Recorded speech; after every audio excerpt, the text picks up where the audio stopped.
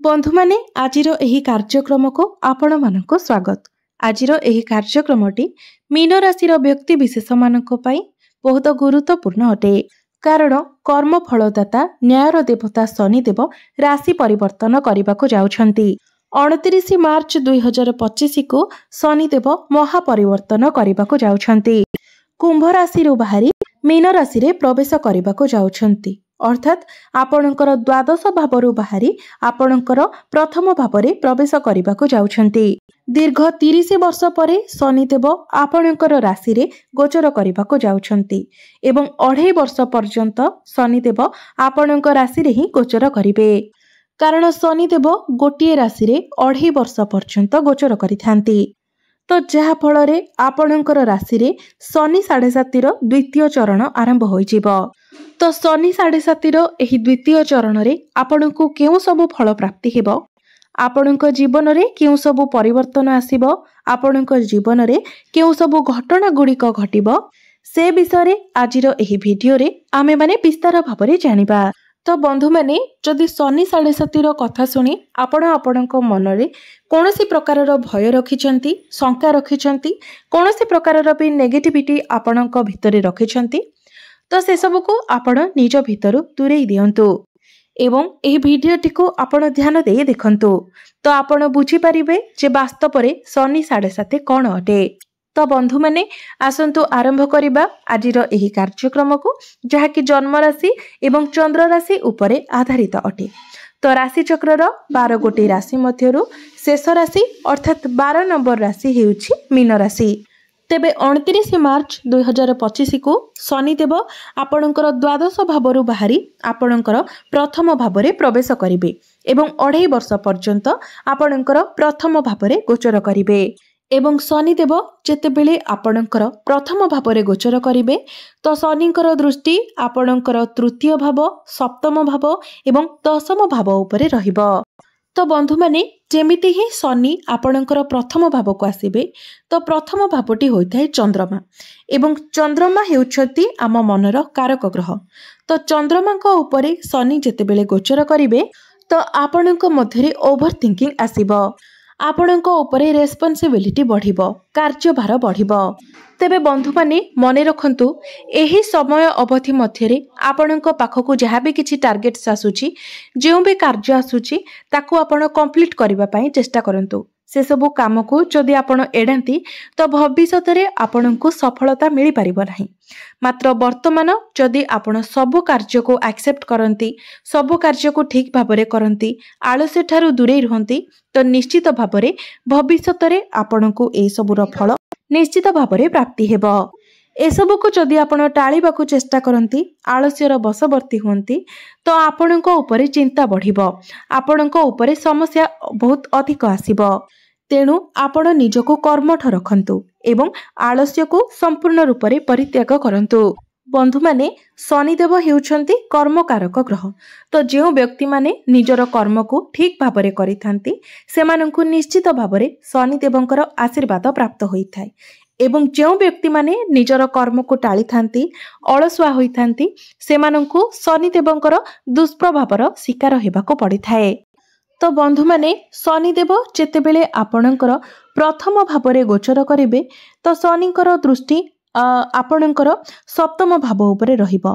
तेणु आपण निजर वैवाहिक जीवन हेउ किंबा प्रेम जीवन हेउ सेथिरे आपण थर्ड पर्सन को आसीबाको दियंतु नाही एवं निज मनरे कोनोसी प्रकारर शंका मध्य आनंतु नाही। जेते पारिबे निजर वैवाहिक जीवन हेउ किंबा प्रेम जीवन रे आर्गुमेंट ठारो आपण दूरे रहंतु एवं निजर जीवन साथी को आपण बुझिबा पई चेष्टा करंतु। तेबे बंधु माने सबुठारु गुरुत्वपूर्ण अटे जे आपणकर निजर जन्म कुंडली रे शनिकर स्थिति किपरि रहिछि। जदि शनि आपणकर जन्म कुंडली रे उच्चस्थ थांती, मित्र राशि रे थांती, स्व राशि रे थांती तो निश्चित भाबरे एही 2.5 वर्ष मध्यरे आपणक उपरे रेस्पॉन्सिबिलिटी आसिले मध्य, कार्यभार अधिक रहिले मध्य आपण किंतु क्यारियर रे बहुत ग्रोथ करिवे, आपणकर फाइनेंशियल ग्रोथ हेबो। आपण एते उपरकु जिबे जे जहा आपण स्वप्न रे सुद्धा भाबी नथिबे।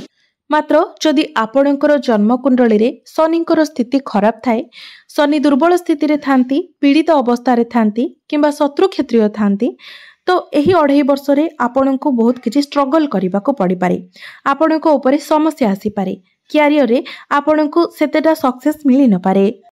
एहापरे शनिदेवंकर दृष्टि आपणकर तृतीय भाव उपरे रहिबो, जहा फल रे एही समय अवधि मध्यरे आपण अधिक छोट छोट यात्रा करिवे एवं से सबु यात्रा रे आपणको बहुत किछि शिखिबाको मध्य मिलिबो। आपण निज जीवन रे अनेक किछि एक्सप्लोर मध्य करिवे। आपणको मध्यरे मैच्योरिटी लेवल बढ़िबो, बहुत किछि लेसन आपण शिखिबाको पाइबे। आपण निज जीवन रे जहा किछि शिखि नांती से सबु आपण एही 2.5 वर्ष मध्यरे शिखिबाको पाइबे एवं एपरि किछि आपण शिखिबे जहा भविष्यत रे आपणकर काम रे आसीबो। एहा सहित जदि आपण एक्सपोर्ट रो कार्य करूछंती, ट्रांसपोर्टिंग रो काम करूछंती, ऑयल जातीय किछि कार्य करूछंती, कारखाना सह रिलेटेड किछि कार्य करूछंती, ऑनलाइन किंबा डिजिटल वर्क करूछंती, तो सेथिरे आपणको सक्सेस मिलिबो। सेथिरे भी आपणको ऊपर प्रेशर रहिबो, मात्र आपणको सक्सेस मध्य मिलिबो। एहा सहित शनिंकर दृष्टि सप्तम भावरे पड़ुथिबा हेतु मीन राशि व्यक्ति विशेष माने जो मानकर विवाह बयस हो जाइथिले मध्य जदि आपणकर विवाह होई पारु नथिला तो शनिंकर एही गोचर परे आपणकर विवाह योग खोली जिवो एवं खूब शीघ्र आपणकर विवाह मध्य होई जिवो।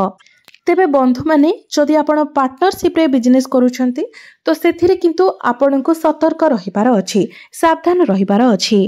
आखि बुझी आपण कहा उपरे भी अंध भली विश्वास करंतु नाही। आपणकर डॉक्यूमेंट आपणकर पेपर को आपण जत्नर सहित रखंतु। विशेष करी एही जे 2.5 वर्ष रहुछि, एही 2.5 वर्ष मध्यरे आपण बिल्कुल भी कहा उपरे अंध भली विश्वास करंतु नाही। एहा व्यतीत जदि आपण विवाहित अटंती तो आपणक मध्यरे क्रोध, जिद्दी एसबु को आपण कंट्रोल करंतु। एसबु को आपण जदि पारिबे निज ठारू दूरे रखंतु। निज भितरे आपण धैर्य रखंतु। हठात करी रागी जांतु नाही किंबा कोनोसी कथारे आपण रिएक्ट करंतु नाही। एहा व्यतीत आपण एही समय समस्त प्रकारर निशा द्रव्य ठारू मध्य दूरे रहंतु। चोरी, ठकामी, मिथ्या एसबु ठारू दूरे रहंतु।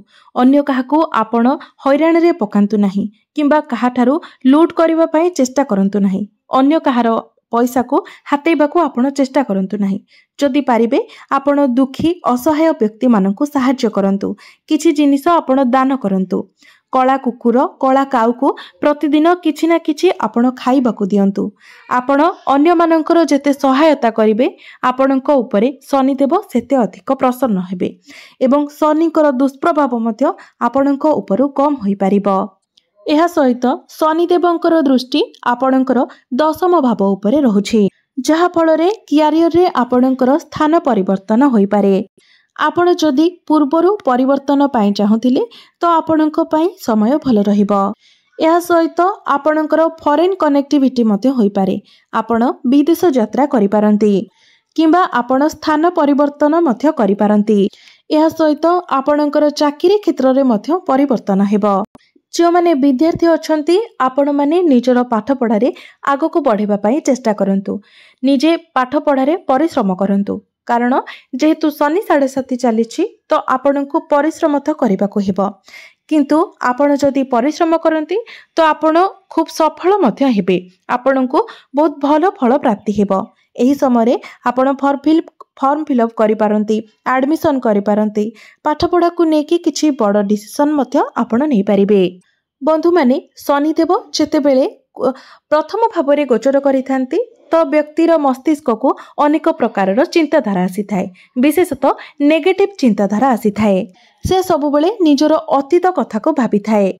मन को अनेक प्रकारर कल्पना आसी थाए एवं अधिकांश समय ओवर थिंकिंग रे रही थाए।